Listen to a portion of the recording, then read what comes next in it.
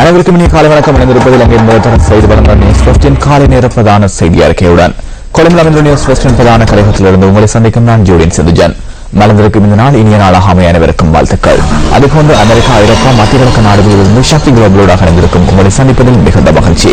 விரிவான செய்திகளுக்கு செல்லும் முன்னர் முதலில் இன்றைய தினத்திற்கான தலைப்புச் செய்திகள். தங்கள் மீதான நீதிமன்ற செயற்பாடுகளை துரிதப்படுத்துமாறு கோரி தமிழ் அரசியல் கைதிகள் ஆரம்பித்த உண்ணாவிரதம் தொடர்கின்றது. நாடு முழுவதும் மின்சாரம் தடைப்பட்டமை குறித்து ஆராய்வதற்காக 2 குழுக்கள் நியமனம். பதுக்கி வைக்கப்பட்டிருந்த 1200க்கும் அதிகமான உரைமுறைகள் உகன பிரதேசத்தில் மீட்பு.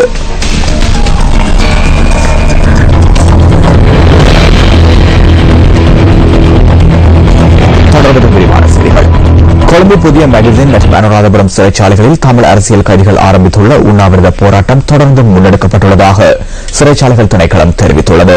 அனுராதபுரம் சிறைச்சாலையில் 2 கைதிகளும், கொழும்பு புதிய மேகசின் சிறைச்சாலையில் 14 கைதிகளும் உண்ணாவிரதத்தில் ஈடுபட்டுள்ளதாக சிறைச்சாலைகள் ஆணையாளரும் ஊடக பேச்சாளருமான துஷார உபல்தனிய குறிப்பிட்டார். உண்ணாவிரதத்தில் ஈடுபட்டிருந்த 4 கைதிகள் சுகவீனமுற்ற நிலையில் சிறைச்சாலைகள் வைத்தியசாலையில் நேற்று அனுமதிக்கப்பட்டனர்.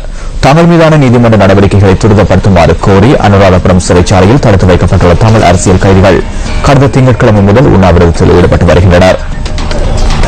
உண்ணாவிரத போராட்டத்தை கைவிடுமாறு இந்த கைதிகளிடம் கோரிக்கை விடுக்கப்பட்ட போதிலும் அவர்கள் அதனை நிராகரித்துள்ளதாக சிறைச்சாலைகள் ஊடக பேச்சாளர் தெரிவித்தார்.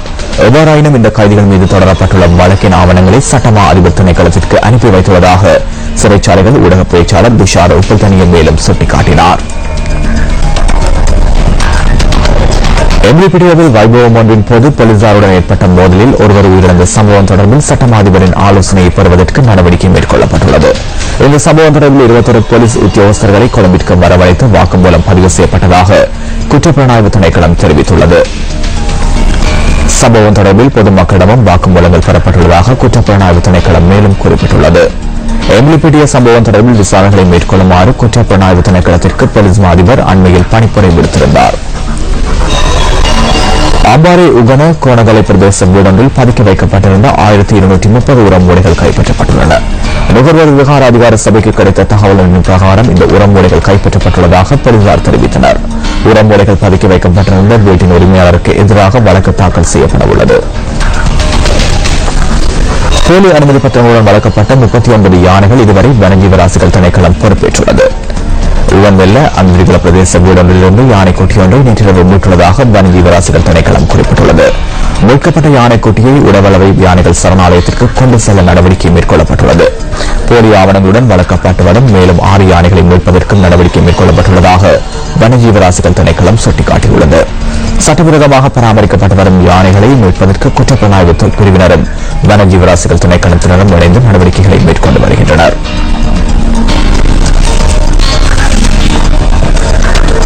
நாடு முழுவதும் நேற்று மின்சாரம் தடைப்பட்டமைக்கான காரணத்தை கண்டறிவதற்காக 2 குழுக்கள் நியமிக்கப்பட்டுள்ளதாக மின்சக்தி மற்றும் எரிசக்தி அமைச்சர் ரஞ்சித் சியாமலப்பட்டிய தெரிவித்துள்ளார். உலக ரீதியாகவும் புறம்பாகவும் 2 விசாரணை குழுக்களை நியமித்துள்ளதாக அமைச்சர் சுட்டிக்காட்டினார். இந்த விடயம் தொடர்பில் ஆராய்வதற்காக இன்று காலை 10 மணிக்கு மற்றொரு கூட்டம் மின்சக்தி அமைச்சரின் தலைமையில் நடைபெறவுள்ளது. எவ்வாறாயினும் நேற்றிரவு இடம்பெற்ற குழு கூட்டத்தின் போது மீண்டும் இதுபோன்ற திடீர் மின்சார விநியோக தடை ஏற்படாதிருப்பதற்கான வழிவகைகள் குறித்து ஆராயப்பட்டுள்ளதாகவும் அமைச்சர் குறிப்பிட்டார். குறிப்பாக நேற்று ஏற்பட்டிருந்த மின் விநியோக தடை குறித்து மேலும் ஆராய்வதற்கும் செயலிழந்துள்ள நுரைச்சோலை அனல் மின் உற்பத்தி நிலையத்தின் செயற்பாடுகளை மீள ஆரம்பிப்பது குறித்தும் இன்றைய கூட்டத்தில் கவனம் செலுத்தப்பட உள்ளதாக மின்சக்தி அமைச்சர் கூறினார். இதேவேளை இதுபோன்ற நிலைமைகளை கருத்தில் எதிர்காலத்தில் ஏற்படாதிருப்பதற்கும் மின்சாரம் தடைப்படுவதற்கான காரணங்களை கண்டறிவதற்கும் இன்றைய கூட்டத்தின் போது முக்கிய கவனம் செலுத்தப்படும் எனவும் மின்சக்தி மற்றும் எரிசக்தி அமைச்சின் செயலாளர் சூரன் வட்டக்கொட தெரிவித்தார். நாடு முழுவதும் ஏற்பட்டிருந்த மின்சார விநியோக தடை நள்ளிரவு வழமைக்கு கொண்டுவரப்பட்டுள்ளது. பொல்பிட்டிய கொரோனாவை மின்சார கட்டமைப்பின் மீது ஏற்பட்ட மின்னல் தாக்குதலே மின்சார தடைக்கு காரணம் என இலங்கை மின்சார சபை அறிவித்திருந்தமை சுட்டிக்காட்டத்தக்கது.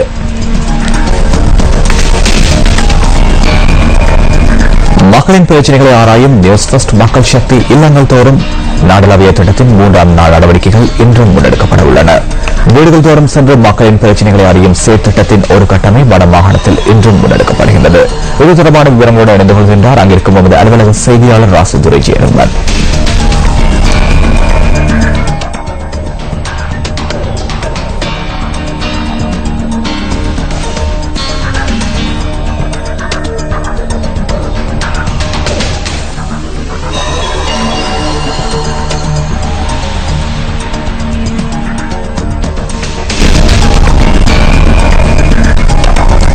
தொழில்நுட்ப கோளாறு காரணமாக அவரை எம்முடன் இணைத்துக் கொள்ள முடியாமல் இருந்தது. இதேவேளை எமது மற்றொரு குழுவினர் குருநாகல் நகரில் இன்றும் 3ஆம் நாள் நடவடிக்கைகளில் ஈடுபட்டு வருகின்றனர். இது தொடர்பான மேலதிக தகவல்களை அறிந்து கொள்வதற்காக அங்கிருக்கும் எமது அலுவலக செய்தியாளர் கிருஷ்ணி மணிவாளருடன் தொடர்பினை ஏற்படுத்தியுள்ளோம். உள்ள கிராமங்களுக்கு சென்று மக்களின் பிரச்சனைகளை நேரடியாக கேட்டறிந்து அவற்றுக்கான தீர்வுகளை பெற்றுக் கொடுக்கும் நோக்கில் நியூஸ் ஃபர்ஸ்ட் பேராதனை பல்கலைக்கழகம் இணைந்து முன்னெடுக்கும் மக்கள் சக்தி இல்லங்கள் தோறும் செயல்திட்டம் இன்று குருநாகல் மாவட்டத்தில் ஆரம்பிக்கப்பட உள்ளது. 3வது நாளான இன்றைய தினத்தில் குருநாகல் மாவட்டத்தின் கொட்டவீர பிரதேச செயலாளர் பிரிவுக்குட்பட்ட திகநாவ கிராமத்தில் இன்றைய நாளுக்குரிய ஆரம்ப விழா ஏற்பாடு செய்யப்பட்டிருக்கின்றது. இந்த விழாவை தொடர்ந்து நாங்கள் பாலுகொல்ல, தாலுகாஸ்பிவ, குமுத்பிவ, பகமிகவ, மீதல்லாவ, யகுஜபத, அதே போன்று பொருந்தகம் ஆகிய கிராமங்களுக்கு இன்றைய நாளில் நாங்கள் விஜயம் செய்திருக்கின்றோம். மக்களின் பிரச்சனைகளை நாங்கள் நேரடியாக கேட்டறிந்து அவற்றுக்கான தீர்வுகளை பெற்றுக் கொடுக்க நாங்கள் தயாராக இருக்கின்றோம். இதுவரை காலமும் உயர் அதிகாரிகளுக்கு அறிவிக்கப்பட்டும் தீர்வுகள் பெற்றுக் கொடுக்கப்படாத பல பிரச்சனைகளுக்கு இன்றைய நாளில் நியூஸ் ஃபர்ஸ்ட் உங்களோடு இணைந்த தீர்வுகளை பெற்றுக் கொடுக்க நியூஸ் ஃபர்ஸ்ட் உங்களோடு இணைந்து நியூஸ் ஃபர்ஸ்ட் தீர்வுகளை பெற்றுக் கொடுக்க நியூஸ் ஃபர்ஸ்ட் உங்களோடு இணைகிறதாகவே குருநாகல் மாவட்டத்தில் இருக்கக்கூடிய அனைத்து மக்களுக்கும் நாங்கள் அன்பாக அழைப்பு விடுக்கின்றோம். இன்றைய நாளில் உங்களுடைய நீங்கள் எதிர்நோக்கும் பொதுவான பிரச்சனை என்ன என்பதை எங்களுக்கு அறியத்தாருங்கள். அவற்றுக்கான தீர்வுகளை நாங்கள் பெற்றுக் கொடுக்கவிருக்கின்றோம். நியூஸ் ஃபர்ஸ்ட் செய்திகளுக்காக குருநாகலில் இருந்து கிருஷ்ணி மணிபாலன். நாட்டில் வானிலை தொடர்ச்சியான மழையுடனான வானிலை நிலவி வருகின்ற நிலையில் வானிலை தொடர்பான விவரங்களை அறிந்து கொள்வதற்காக தொடர்பினை ஏற்படுத்துகின்றோம் முகமது சாலிஹினுடன். கிழக்கு மற்றும் ஊவா மாகாணங்களிலும் அம்பாந்தோட்டை மாவட்டத்திலும் சிறிதளவு மழை பெய்யக்கூடும். மத்திய சப்ரகமுக மேல் மாகாணங்களின் சில இடங்களில் பிற்பகல் 4 மணிக்கு பின்னர் மழை அல்லது இடியுடன் கூடிய மழை பெய்யக்கூடும். சில இடங்களில் காலை வேளையில் பனி சூழ்ந்த நிலைமை காணப்படும். இடியுடன் கூடிய மழை பெய்கின்ற வேளைகளில் தற்காலிகமாக பலத்த காற்றும் மின்னல் தாக்கங்களும் ஏற்படக்கூடும். இவ்வாறான சந்தர்ப்பங்களில் பொதுமக்கள் அவதானத்துடன் செயற்படுமாறு கேட்டுக் கொள்ளப்படுகின்றனர். கடற்பிராந்தியங்களை பொறுத்தவரையில் காலி தொடக்கம் அம்பாந்தோட்டை, மட்டக்களப்பு ஊடாக திருவோணமலை வரையான கடற்பிராந்தியங்களில் சிறிதளவு மழை பெய்யக்கூடும். கொழும்பு தொடக்கம் காலி ஊடாக மாத்திரை வரையான கடற்பிராந்தியங்களின் பல இடங்களில் பிற்பகல் 4 மணிக்கு பின்னர் மழை அல்லது இடியுடன் கூடிய மழை பெய்யக்கூடும். காற்று மணித்தியாலத்திற்கு 20 முதல் 30 கிலோமீட்டர் வேகத்தில் வடகிழக்கு திசையில் இருந்து வீசும்.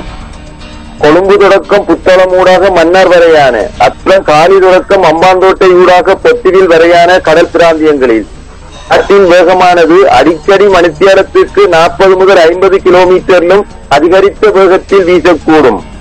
இவ்வாறான சந்தர்ப்பங்களில் குறிப்பிட்ட கடல் பிரதேசங்கள் சற்று கொந்தளிப்பான நிலையில் காணப்படும்.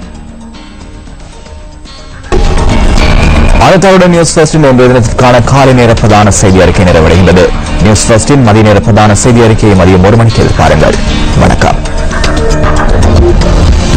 Hotline 0114-896-896 www.newsfirst.lk. Feedback at newsfirst.lk.